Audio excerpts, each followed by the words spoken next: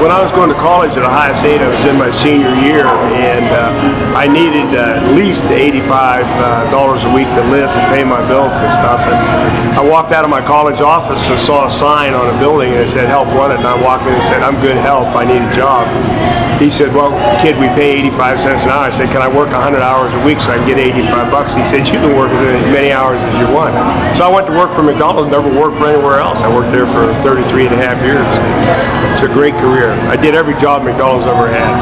The only thing I ever missed about McDonald's was the people. But I left McDonald's and I was kicking around to do something. I'd been racing in an amateur way for a lot of years. So I got involved in, first with ARCA, and then I got involved in NASCAR, and I did that for 12 years. And it was a lot of fun, expensive, but I had a great time. And the same principles that are involved in managing restaurants are involved in managing a race team. You're managing people, a team, to get them to perform in a certain way.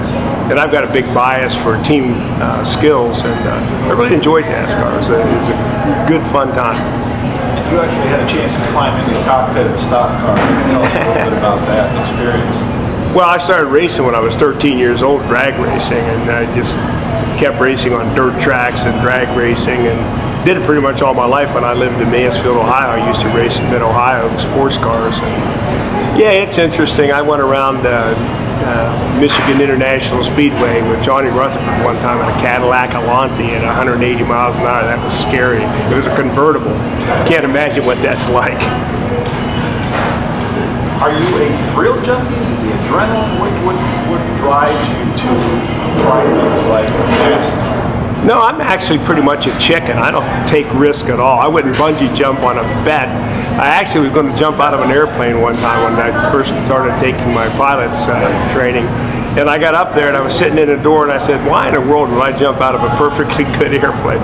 I'm a chicken. I don't do anything that has any risk to it at all. I just won't take that kind of risk. And racing automobiles is very low risk. Those cars are built to be safe, and they got great seats and great seat belts. So I never thought that was risky at all. So you don't take personal risks. What about business risk? Is your philosophy well, business? You know, I read an article one time that said that entrepreneurs are successful largely because they never take risk. They spread their risk every way they can. They get partners, they secure financing, they're very deliberate, very careful.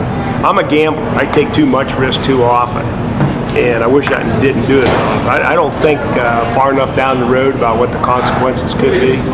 So from that standpoint in business, you know, I don't think that far ahead sometimes. Why did you end up going back into the burger business after having spent so much time at McDonald's? I think you'd be sick of that. No, I had a great career at McDonald's. I loved the hell out of it, and you know, I like the business. And you know, I could have been selling spaghetti, and I've been just as happy. Just happened to know a lot about hamburger, and it just seemed like a natural thing to do. We had some guys that said, "Hey, can we do this?" Unfortunately, we started doing it in 2005 and 6, and we had the big crash in 2007. It didn't turn out so good, but it was all right. I'm going to work forever. I think when you retire, it's the first down payment and death. You know, I said earlier, you know, the work of children is play, and the play of adults is work. And I really like working. I like mixing it up with people, and I like doing things like this.